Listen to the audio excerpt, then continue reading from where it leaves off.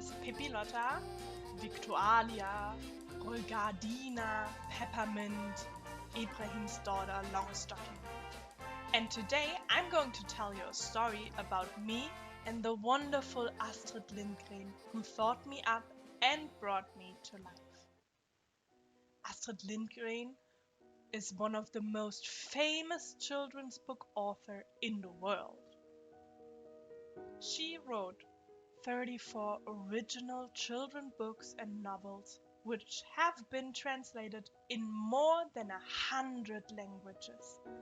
And she received numerous literary awards. Children all over the world read and love her books. Astrid was born in Sweden in November 1907 as the second child of Samuel August and Hanna Eriksson. She grew up on her parents' small farm in Småland, Vimmerby,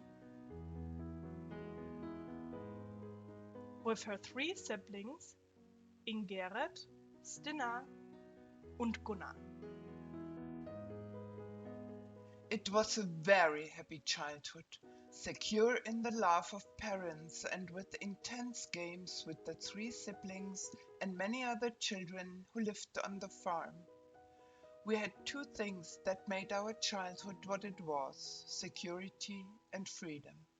It felt safe having those two who cared so much for each other and who were always there should we need them, but who otherwise let us roam free and happily discover the fantastic playground we had on the farm of our childhood. It was this happy childhood and her free spirit that was later reflected in all her children's books and countless stories. There is the cheeky Emil from Lönneberger, who lives with his family on the Katult farm and always gets into trouble with his pranks and mischief.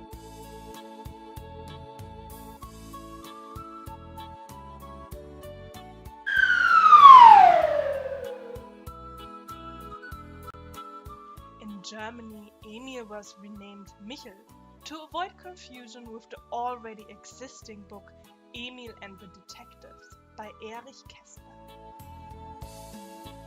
The stories of Emil from Lönneberger were published from 1963 onward and filmed in the early 70s.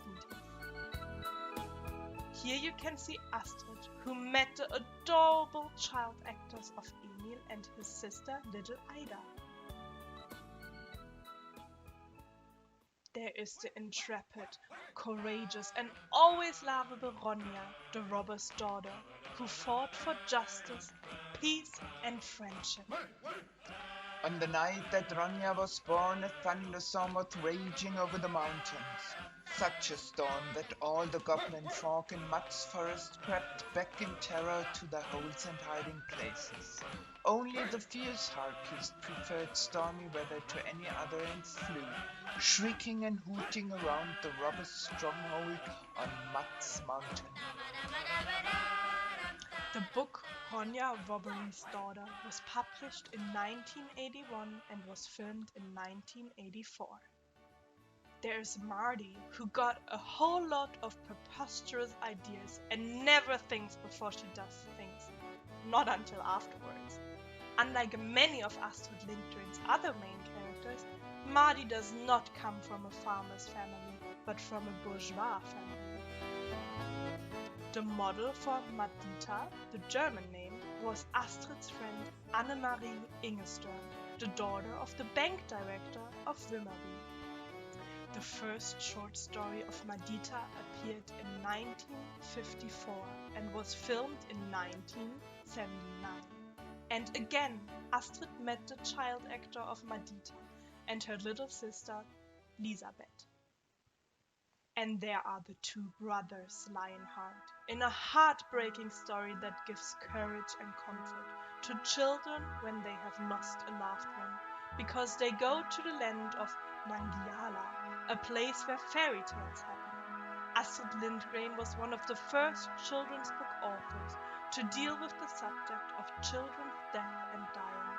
She was awarded international literary prizes for her sensitive way of dealing with the subject.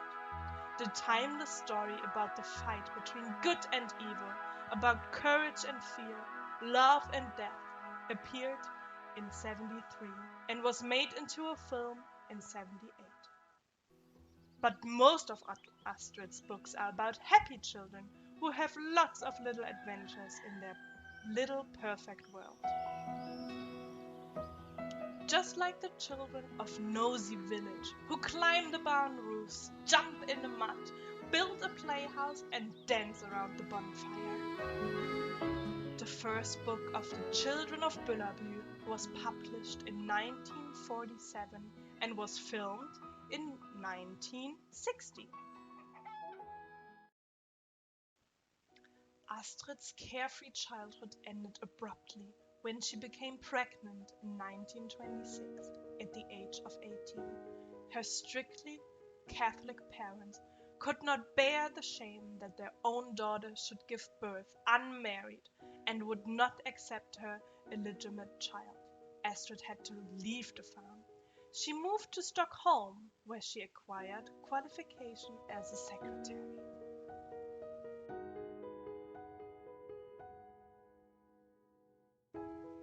Astrid gave birth to her son Lasse, secretly in Denmark, and had to leave him in care there for 3 years until she could finally bring him to live with her.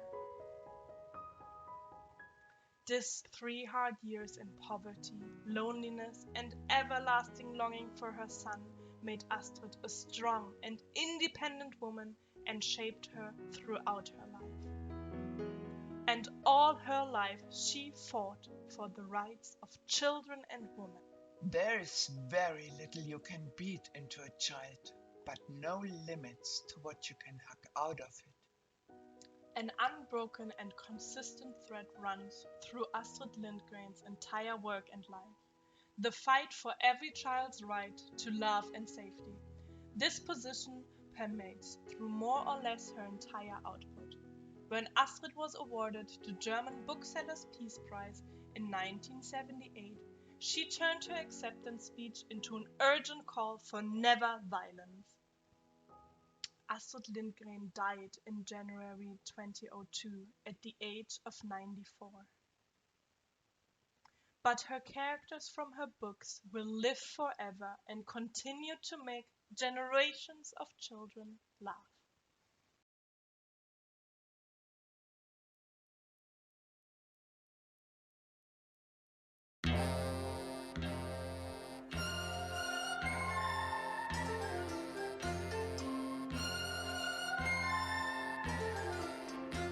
The first Pippi Longstocking book was published in 1944.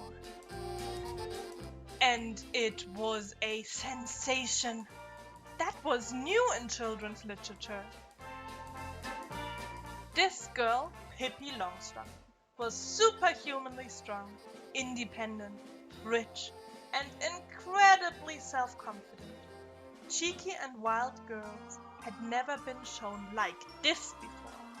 With her mismatched stocking, carrot-colored hair, and freckly face, Pippi Longstocking has become a cultural icon. Together with her horse, Little Uncle, and her monkey, Mr. Nilsson, she lived in Villekulla Cottage. Pippi has her very own philosophy. I have never tried that before, so I think I should definitely be able to do that. No wonder then that she experiences the most adventurous stories together with her friends Tommy and Annika. Tommy and Annika are very different from Pippi. They represent average, Swedish, well-behaved children from the neighborhood who befriend Pippi. And soon, Pippi turns everything upside down. Everything with Pippi was unusual. Pippi, Annika and Tommy travel the world using the strangest vehicles for transportation.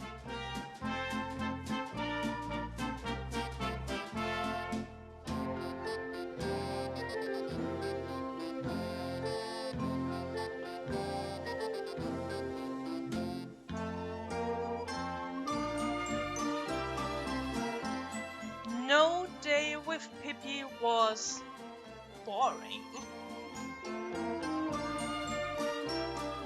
In 1941, it was quite different. Namely, when Astrid's daughter Karen was ill and had to stay in bed, and she was terribly bored. Mummy, it is so boring. Please tell me a story. And about what? Tell me about Pippi Longstocking. And with such an unusual name that came out of thin air, the same moment Astrid made up a story about this unusual girl. And she began.